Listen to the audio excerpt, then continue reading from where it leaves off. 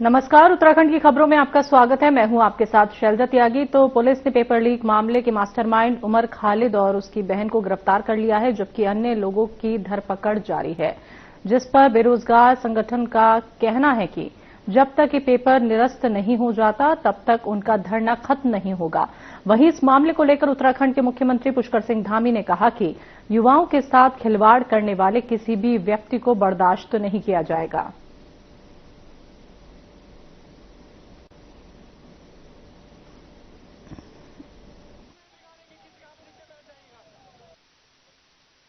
देखिए, किसी भी कीमत पर युवाओं के, नौजवानों के भविष्य के साथ खिलवाड़ नहीं होने दिया जाएगा। चाहे कोई भी इसमें दोषी पाया जाएगा, उसके खिलाफ कार्रवाई होगी और ये हमारी जीरो टॉलरेंस की नीति है। जब से मैंने इस जिम्मेदारी पर काम करना प्रारंभ किया, जब भी मेरे सामने ये मामले आए हैं तब हमने इस पर कार्रवाई की है। 100 से ज्यादा नकल माफिया पहले ही जेल के सलाखों के पीछे जा चुके हैं। अभी इस पर कार्रवाई चल रही है। एक आरोपी इसमें पकड़ा गया है और उसकी पूरी जांच हो रही है। सारी एजेंसियां जांच कर रही है।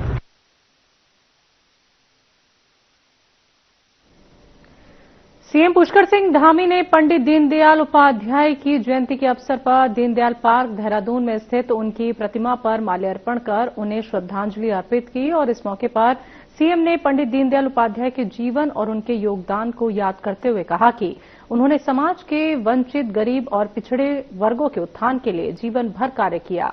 उनकी शिक्षाएं और आदर्श आज भी हमारे लिए प्रेरणा स्रोत बने हुए हैं।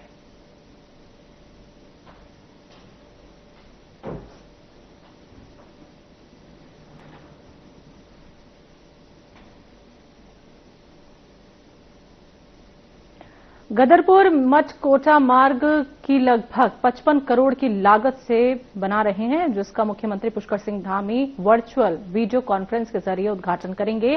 तो वहीं इस मौके पर दिनेशपुर के नगर पंचायत में अधिकारियों ने जायजा लेते हुए आवश्यक निर्देश दिए। बता दें कि गदरपुर मचकोटा मार्ग कई सालों से खस्ताहाल में है और इस मार्ग को बनाने के लिए कई बार नेताओं ने नारियल फोड़कर उद्घाटन भी किया। इसके बावजूद भी अभी तक ये सड़क निर्माण नहीं हो पाया, लेकिन अब इस सड़क निर्माण का कार्य शुरू होने की उम्मीद जताई जा रही है, जिस पर और जानकारी देते हुए परगना मजिस्ट्रेट बाजपुर अमृता शर्मा ने कहा कि मुख्यमंत्री पुष्कर सिंह धामी वर्चुअल मीटिंग के माध्यम से मचकोटा गदरपुर वाया दिनेशपुर मार्ग का उद्घाटन करेंगे।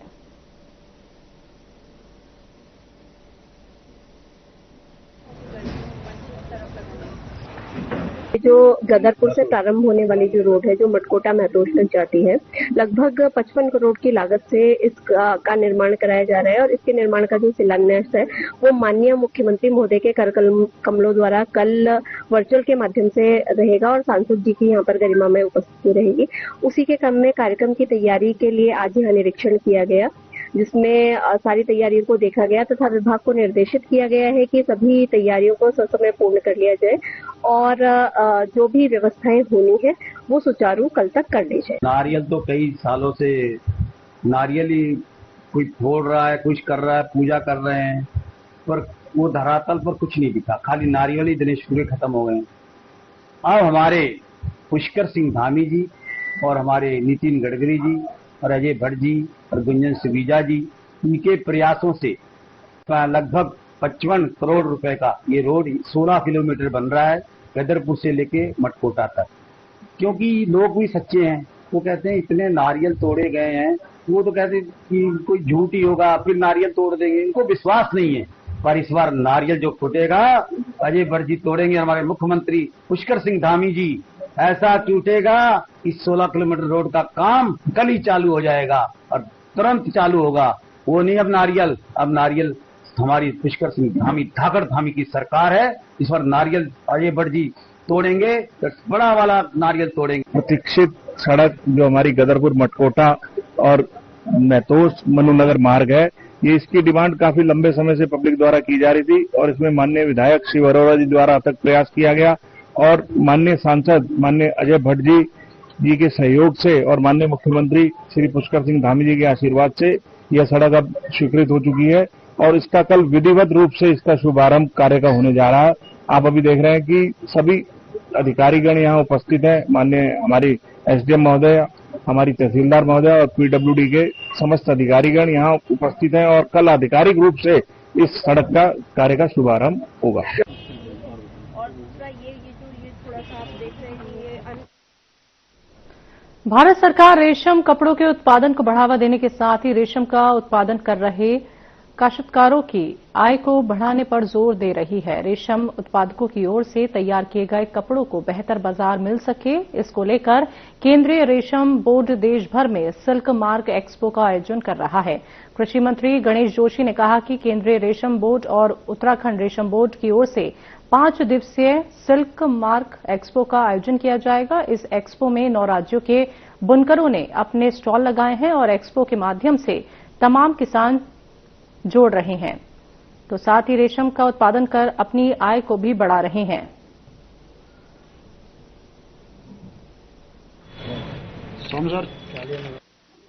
सेकंड ये दूसरा यहां पर हो रहा है, उसका शुभारंभ मैंने किया है और आज से नहीं, प्राचीन समय से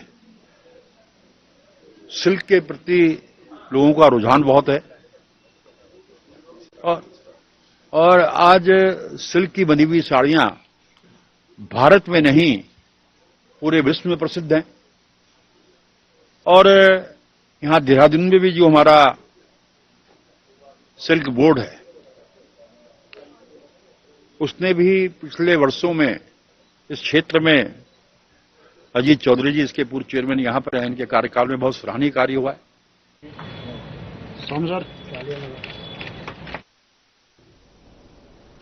हरिद्वार के थाना सिद्धगुल क्षेत्र के ग्राम ब्रह्मापुरी में शराबियों ने घर में अकेली नाबालिग लड़कियों पर लाठी डंडों से हमला कर दिया, जहां बीच बचाव करने आए परिजनों को भी बेरहमी से पीटा गया। तो वहीं ये पूरी घटना मकान में लगे सीसीटीवी कैमरे में कैद हो गई। तो वहीं पीड़ित परिवार की शिकायत पर पुलिस ने मामला दर्ज कर जांच शुरू कर दी है। पीड़ित परिवार का आरोप है कि ये आरोपी किराए पर उसी बिल्डिंग में रहते थे और रोजाना शराब पीकर गाली गलौज और मारपीट करते थे।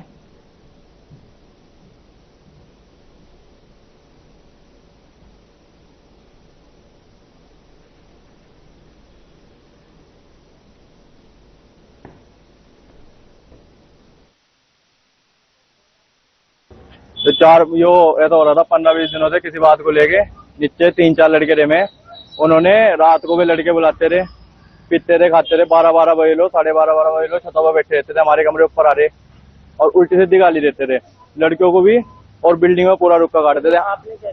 हमने मकान मालिक से शिकायत करी इस मामले में कि यदि हमारे साथ ऐसा तो बात हो रही। मकान मालिक ने उन्हें 10 तारीख तक का टाइम दिया कि भाई अगले महीने की 10 तारीख को तुम कमरा खाली कर दियो।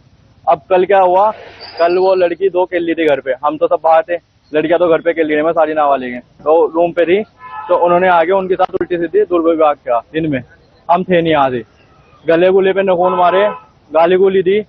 उन्होंने रात को आगे हमसे बताया, मतलब मम्मी थे, उस टाइम तक भी हम नहीं थे।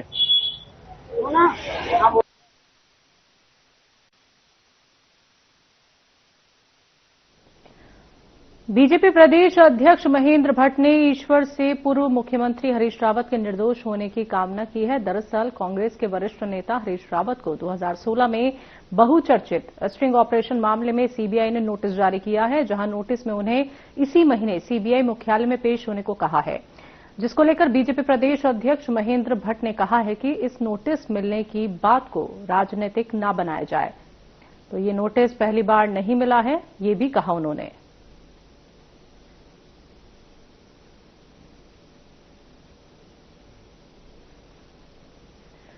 चक्राता में महासू देवता हनोल मंदिर समिति को नई कार्यकारिणी के लिए तय किया गया। नियमों को लेकर चक्राता तहसील प्रशासन आलोचना की भेंट चढ़ गया है। वहीं स्थानीय लोगों को और जनप्रतिनिधियों ने जौनसार क्षेत्र को समिति में शामिल न करने और आजीवन सदस्यता के लिए 1 लाख रुपए तय करने के निर्णय का विरोध किया था। विरोध और विवाद के बाद प्रशासन को बैकफुट पर आना पड़ा और उसने यू टर्न लेते हुए साफ किया कि पूर्व निर्णय आवश्यक नहीं था। प्रशासन ने श्रद्धालुओं की आस्था का सम्मान करते हुए ये फैसला लिया कि मंदिर समिति का गठन अब परंपरागत तरीके से किया जाएगा। अब ये देखना होगा कि मंदिर समिति की नई कार्यकारिणी स्थानीय लोगों की संतुष्टि के साथ किस तरह से बनाई जाती है और इस विवाद का समाधान कैसे होता है।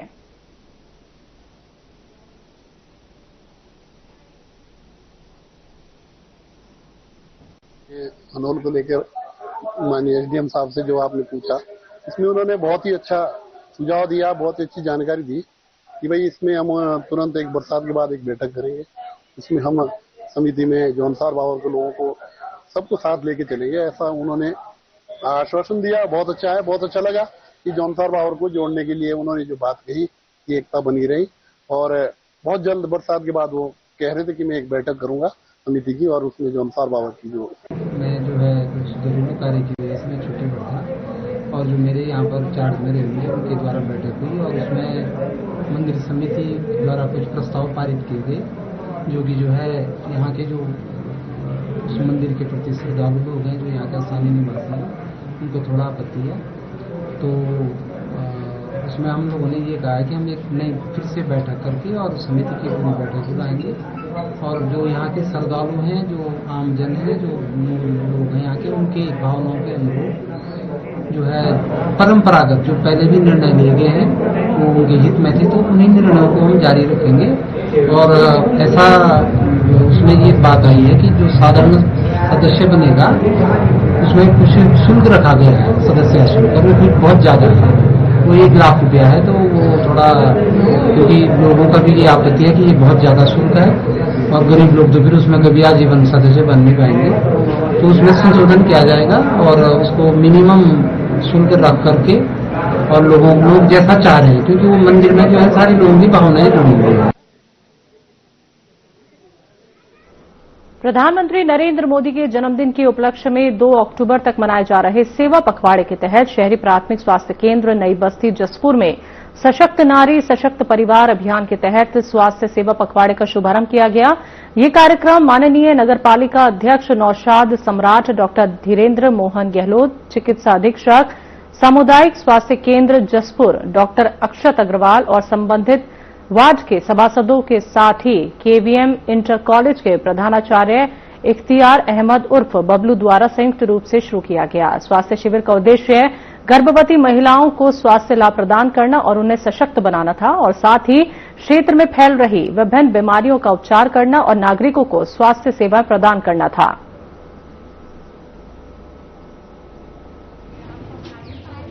ये आज सेवा पखवाड़े के अंतर्गत स्वस्थ नारी सशक्त परिवार अभियान के अंतर्गत अर्बन पीएचसी जसपुर के माध्यम से और सामुदायिक स्वास्थ्य केंद्र जसपुर के द्वारा एक वृहद चिकित्सा कैंप का आयोजन किया जा रहा है। यह आयोजन इस समय पर केवीएम इंटर कॉलेज में किया जा रहा है। इसके अंतर्गत विभिन्न तरह के डॉक्टर आ रहे हैं जो सभी जनता का निःशुल्क इलाज करेंगे, और उनके द्वारा दवाई, निःशुल्क जांच, इस तरह की व्यवस्था भी की गई है। साथ ही इस कैंप में अगर जिन मरीजों को और आगे इलाज की जरूरत पड़ती है तो उनका भी इलाज आगे कराया जाएगा। ये जो स्वास्थ्य शिविर लगा है हमारे पीएचसी तो सामुदायिक स्वास्थ्य केंद्र जसपुर है, उसकी तरफ से लगा है, और ये निःशुल्क कैंप है।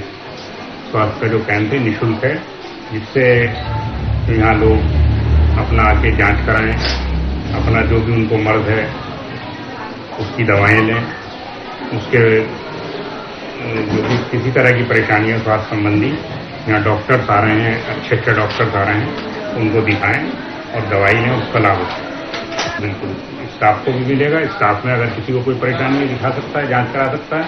और जो हमारे यहाँ जो बड़े छोटे बच्चे हैं या बड़े बच्चे हैं, हमने उनको प्रचार प्रसार किया था।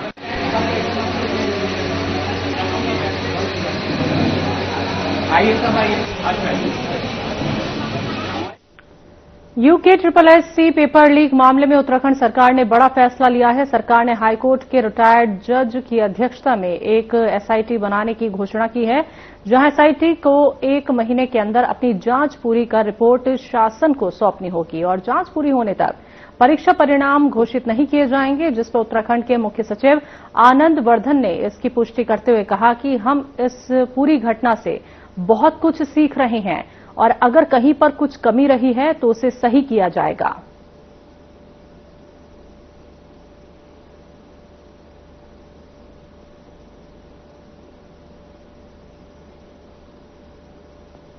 सरकार पारदर्शिता, निष्पक्षता और सुशासन के प्रति पूरी तरीके से प्रतिबद्ध है। छात्रों और अभ्यर्थियों का हित राज्य सरकार के लिए सर्वोपरि है और जो परीक्षा प्रणाली होती है हमारी, उसकी शुचिता और विश्वसनीयता के प्रति कटिबद्ध है। इसके लिए राज्य सरकार द्वारा यह निर्णय लिया गया कि जो गत रविवार 21 सितंबर को अधीनस्थ चयन सेवा आयोग द्वारा जो परीक्षा आयोजित की गई है, उस प्रकरण की गहन जांच के लिए एक एडिशनल एसपी के स्तर की अध्यक्षता में विशेष अन्वेषण दल SIT गठित की जाएगी, जिसका कार्यक्षेत्र पूरा प्रदेश होगा और यह जांच निष्पक्ष हो, स्वतंत्र हो और तथ्यपरक हो। इसके लिए यह भी निर्णय लिया गया है। ये मैं आपने जो प्रश्न उठाया, जो हमारे युवा अभ्यर्थी हैं, जो छात्र छात्राएं, जिनके मन में इस एपिसोड की वजह से कुछ संशय होगा, कुछ डाउट्स होंगे, तो ये इस पारदर्शिता के लिए कि ये पूरी एग्जाम प्रोसेस में किसी तरह का उन्हें डाउट ना रहे, इसलिए ये स्टेप्स लिए गए हैं। जो SIT होगी उसका पूरा ये जो 1 महीने का टाइम है, ये अभी आपने जब प्रेस ब्रीफिंग करेंगे तो ये शेयर करेंगे अपना ईमेल, अपना मोबाइल एक नंबर, जिससे कोई भी पूरे राज्य में कोई भी सूचना, कोई भी जानकारी इस SIT के साथ शेयर करना चाहता है तो वो बिल्कुल स्वतंत्र होंगे और ये इनवाइट करेंगे और उस चीज को भी सम्मिलित करेंगे।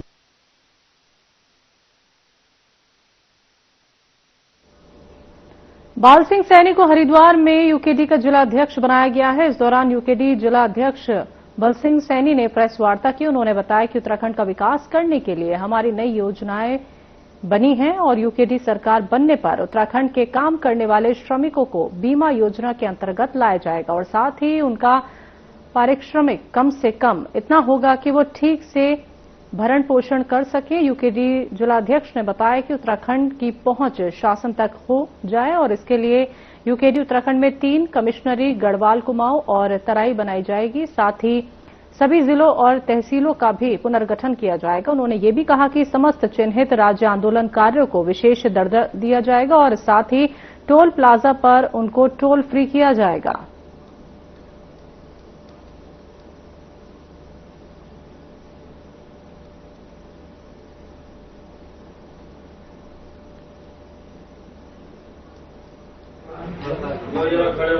नए जिलाध्यक्ष का गठन वो हुआ है, उसको अपनी जिम्मेदारियां होती है कि आगे हमें क्या करना। खाली नाम के लिए ही जिलाध्यक्ष या वो नहीं बनाए जाते।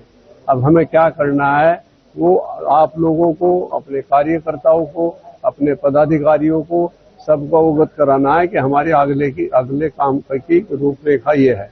उनकी संवेदना उस दिन जब ये उत्तराखंड बन रहा था उनकी भी थी, बीच में वो कुरूपता या विरूपता उनके अंदर आई, भगवान उनको सद्बुद्धि दे।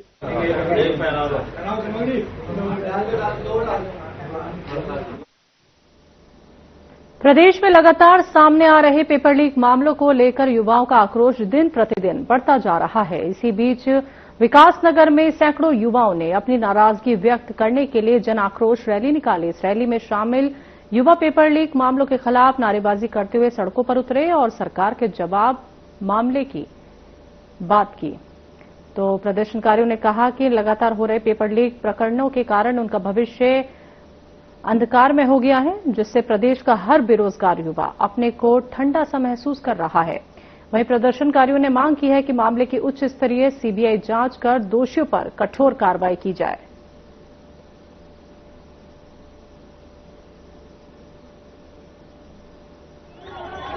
21 सितंबर को पटवारी का एग्जाम था और लीक हो चुका है और हमारे साथ कम से कम 2-3 बार ये देखने को मिल रहा है और हम क्या करें, ये हम सरकार से यही गुहार करते हैं और यही गुहार लगाते हैं कि हम कहाँ जाएं।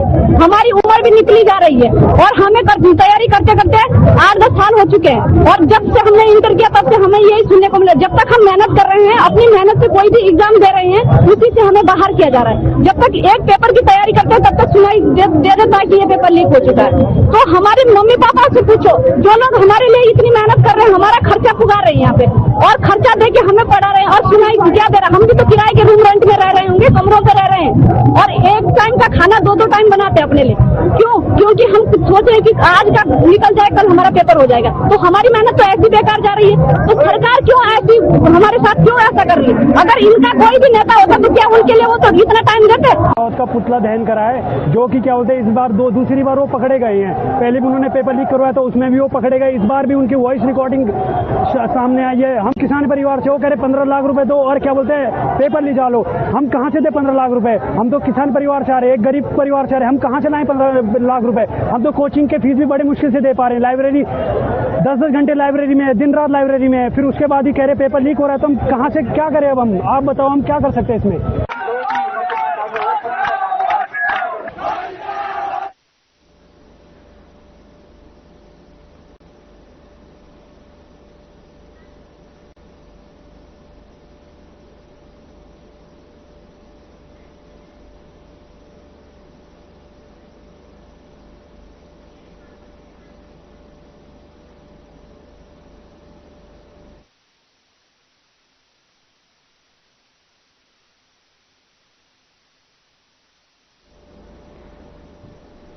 तो सीधे आपको लेके चलते हैं देहरादून, जहां पे सीएम धामी जीएसटी बचत उत्सव को लेकर व्यापारियों से बातचीत कर रहे हैं। फर्क और मिला है सर, बहुत लॉन्ग लास्टिंग डिमांड थी इकोनॉमी की ऑटोमोबाइल को कि इसको जो है लग्जरी गुड से हटाकर जो है कंफर्ट गुड्स में लेकर आए। बहुत इस पर बहुत उम्मीद है सर। इस पर बुकिंग बढ़ी है? हाँ सर, बुकिंग आ रही है, कस्टमर खुश भी हैं और अच्छा पॉजिटिव रिस्पांस भी दे रहे हैं कि सर की वजह से जो है लॉन्ग लास्टिंग डिमांड आज पूरी हो रही है। आप लोगों की लंबे समय से डिमांड थी काफी सर, ऑटोमोबाइल की काफी लंबी डिमांड थी सर। ये बिल्कुल सर, की भी डिमांड थी जी। सर आप लोगों का सहयोग है सर, आपके माध्यम से सभी आने वाले ग्राहक लोग हैं आप जी बिल्कुल सर, ये हर तरफ हमारे डिजिटल सोर्स पे। अल्मोड़ा की रामलीला का इतिहास बहुत प्राचीन है, जिसकी शुरुआत बद्रेश्वर मंदिर में 1860 में हुई थी, जो कुमाऊं क्षेत्र की सबसे पुरानी रामलीला मानी जाती है। पहले ये बद्रेश्वर से शुरू हुई, इसके बाद नंदा देवी परिसर में आयोजित होती है। इसके साथ ही ये रामलीला नगर के कर्नाटक, खोला, धारानौल, हुक्का क्लब, राजपुरा के साथ अब कई स्थानों पर मनाई जाती है। जिस पर और जानकारी देते हुए आयोजक बिट्टू कर्नाटक ने बताया कि अल्मोड़ा नगर की रामलीला पौराणिक है।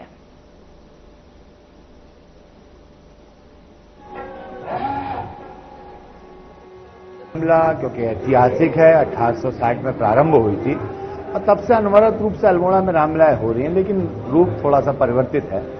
पहले मसाल जलाकर, छिलूके जलाकर रामलीला होती थी, भद्रेश्वर के प्रांगण में प्रारंभ हुई, अनेकों अनेक स्थानों में वो रामलीला पहुंची और आज आधुनिक युग में हम नए तरीके से रामलीलाएं कर रहे हैं। अब हॉलर माइक और ये सब व्यवस्थाएं हो चुकी हैं, लेकिन गायन शैली आज भी वही है। शास्त्रीय संगीत का हमारी ये कुमाऊनी रामलीला है, जिनमें राग है, विहाग है, देश है, मालकोस है, जयजयवंती है, चौपाइयां हैं। तो अपने आप में एक अनूठी रामलीला है और इसका एक नया जोपन हमने 90 के दशक से पहले बालिकाओं को और उसके बाद 2018-19 से हमने पूर्ण महिलाओं की रामलीला कर एक नया अनूठा प्रयोग किया, जो बहुत सुनने में आता है पुराने लोगों से, बुजुर्गों से। यहाँ की रामलीला 150-200 साल पुरानी है, जिसमें हम लोग भी लगभग मैं अपनी बात कहूँ तो कम से कम 15 से 20 साल मुझे भी हो गए रामलीला में मंचन करते हुए। आज मैं भुवनेश्वर रामलीला कमेटी में पहली बार जो है दर्शक के रोल में हूँ। हम लोग यहाँ 1.5-2 महीने से जो है बच्चों की तालीम करते हैं, बच्चों को सिखाते हैं, खुद भी सीखते हैं और कोशिश ये करते हैं कि रामलीला अच्छी से अच्छी हो। खास क्या विशेषता यह है कि यहाँ की रामलीला जो है जैसे प्लेन्स में रामलीला होती है, वहाँ तो पूरा डायलॉग में रामलीला होती है। मैं ताड़िका का पाठ निभा रही हूँ आज, और मैं विगत कई वर्षों से ताड़िका का पाठ निभा रही हूँ और मुझे बहुत अच्छा लगता है स्टेज पे परफॉर्म करना। यहाँ पे हमारे भुवनेश्वर महादेव मंदिर कमेटी, रामलीला कमेटी अल्मोड़ा कर्नाटक खोला में जो महिलाओं को ये मौका दिया गया है कि वह आगे आएं और मंच पे अपना बेस्ट दे सकें, तो इससे हमारा आगे भी कई जगह पे कॉन्फिडेंस लेवल बढ़ता है।